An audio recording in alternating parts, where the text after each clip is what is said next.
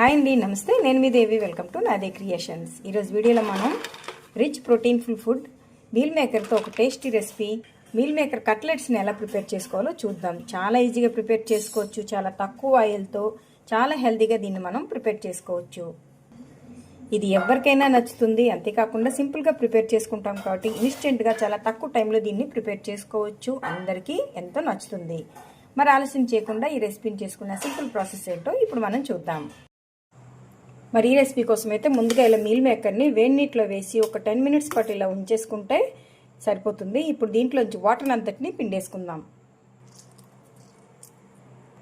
ఇప్పుడు ఇలా mixer jar తీసుకుని దాంట్లో ఒక 4-5 వరకు పచ్చిమిర్చి, వెల్లుల్లి రెబ్బలు, చిన్న అల్లం ముక్కలుగా కట్ చేసుకుని ఒక మీడియం సైజ్ టొమాటోని వేసేసి ఒకసారి మిక్సీ పట్టుకోండి.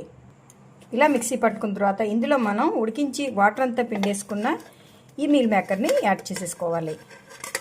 ఇప్పుడు ఒకసారి మరీ మెత్తగా కాకుండా కొంచెం కోర్సుగా ఇవి తగిలేలాగా మనం మిక్సీ పట్టుకోవాలి. ఇలా కొంచెం కచ్చపచ్చగా దీన్ని మిక్సీ పట్టేసుకున్నాం కదా. ఇప్పుడు దీన్ని బౌల్లోకి తీసుకుందాం.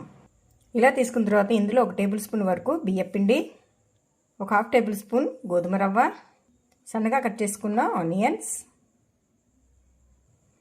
పచ్చి బఠానీ, మీ టేస్ట్కి తగ్గట్టుగా సాల్టు, కొద్దిగా పసుపు, కొద్దిగా గరం మసాలా, సన్నగా కట్ చేసుకున్న కొత్తిమీరని వేసేసి ఒకసారి బాగా మిక్స్ చేసేసుకోండి. ముందు వాటర్ ఏమీ పోయొద్దు.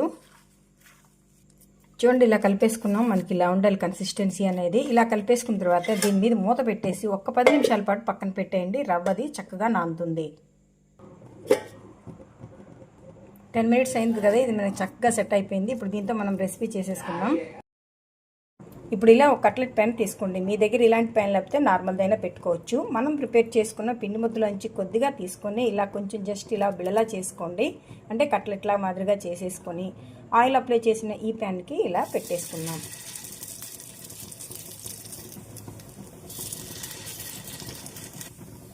ఇలా మొత్తం వేసేసుకున్న తర్వాత దీని మీద మూతను పెట్టేసి లో ఫ్లేమ్లోనే ఒక 10 మినిట్స్ పాటు ఇలా ఉంచేసుకోండి. ఇవి మనకు చక్కగా రోస్ట్ అయ్యాయి. రెండో వైపుకి ఫ్లిప్ చేసేద్దాం.